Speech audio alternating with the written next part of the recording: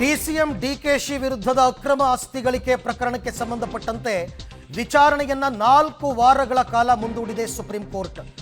ಜೊತೆಗೆ ಲೋಕಾಯುಕ್ತ ತನಿಖೆಗೆ ತಡೆ ಕೊಡೋದಕ್ಕೂ ಕೂಡ ಸುಪ್ರೀಂ ಕೋರ್ಟ್ ನಿರಾಕರಿಸಿದೆ. ಸುಪ್ರೀಂ ಕೋರ್ಟ್ ಮೆಟ್ಟಿಲೇರಿದ್ರು ಬಿಜೆಪಿ ಮುಖಂಡ ಯತ್ನಾಳ್. ಸಿಬಿಐ ತನಿಖೆಯನ್ನು ವಾಪಸ್ ಪಡೆದು ಲೋಕಾಯುಕ್ತ ತನಿಖೆಗೆ ಸರ್ಕಾರ ವಹಿಸಿತ್ತು.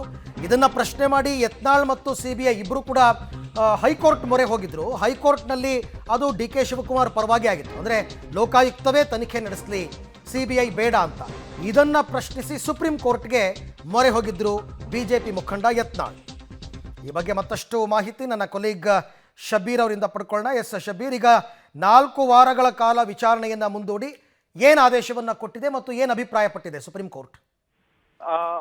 ಅರವಿಂದ್, ಯತ್ನಾಳ್ ಅವರು ಹೈಕೋರ್ಟ್ ಆದೇಶದ ಮೇಲೆ ಮೇಲ್ಮನವಿ ಅರ್ಜಿಯನ್ನ ಸಲ್ಲಿಸಿದ್ರು. ಇವತ್ತು ನ್ಯಾಯಮೂರ್ತಿ ಸೂರ್ಯಕಾಂತ್ ನೇತೃತ್ವದ ದ್ವಿಸದಸ್ಯದ ಪೀಠ ಅರ್ಜಿಯನ್ನ ವಿಚಾರಣೆಯನ್ನ ಕೂಡ ನಡೆಸಿತು.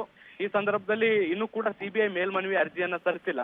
ಹೀಗಾಗಿ ಡಿ ಕೆ ಶಿವಕುಮಾರ್ ಮತ್ತೆ ಸಿಬಿಐಗೆ ಇಬ್ಬರಿಗೂ ಕೂಡ ನೋಟಿಸ್ ಅನ್ನ ಸರ್ವ್ ಮಾಡಿರುವಂತದ್ದು.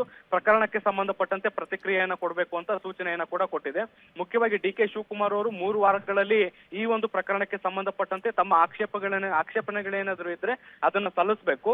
ಡಿ ಕೆ ಶಿವಕುಮಾರ್ ಸಲ್ಲಿಸಿರುವಂತಹ ಆಕ್ಷೇಪಣೆಗಳಿಗೆ ಉತ್ತರವನ್ನ ಮುಂದಿನ 1 ವಾರದಲ್ಲಿ ಯತ್ನಾಳ ಸಲ್ಲಿಸಬೇಕು. ಇದಾದ ಬಳಿಕ ನಾವು ಎಲ್ಲವನ್ನ ಪರಿಶೀಲನೆ ಮಾಡಿ ಈ ಒಂದು ಪ್ರಕರಣವನ್ನ ವಿಚಾರಣೆ ಮಾಡೋದ್ರ ಬಗ್ಗೆ ನಿರ್ಧಾರವನ್ನ ಕೇಳ್ಕೊಳ್ತೀವಿ. ಇದ್ರ ಜೊತೆಗೆ ಸಿಬಿಐ ಕೂಡ ಇನ್ನೂ ಕೂಡ ಮೇಲ್ಮನವಿ ಅರ್ಜಿಯನ್ನ ಸಲ್ಲಿಸದೇ ಇರುವಂತ ಹಿನ್ನೆಲೆಯಲ್ಲಿ ಅವ್ರಿಗೂ ಕೂಡ ನೋಟಿಸ್ ಅನ್ನ ಕೊಡ್ತೀವಿ.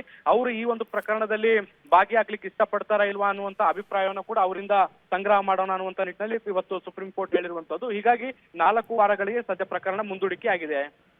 ರೈಟ್ ಶಬೀರ್, ಥ್ಯಾಂಕ್ ಯು ತಮ್ಮ ಎಲ್ಲ ಮಾಹಿತಿಗೆ. ಅಲ್ಲಿಗೆ ಇನ್ನೂ 1 ತಿಂಗಳು ಹೆಚ್ಚು ಕಡಿಮೆ ಡಿ ಕೆ ಶಿವಕುಮಾರ್ಗೆ ರಿಲೀಫ್.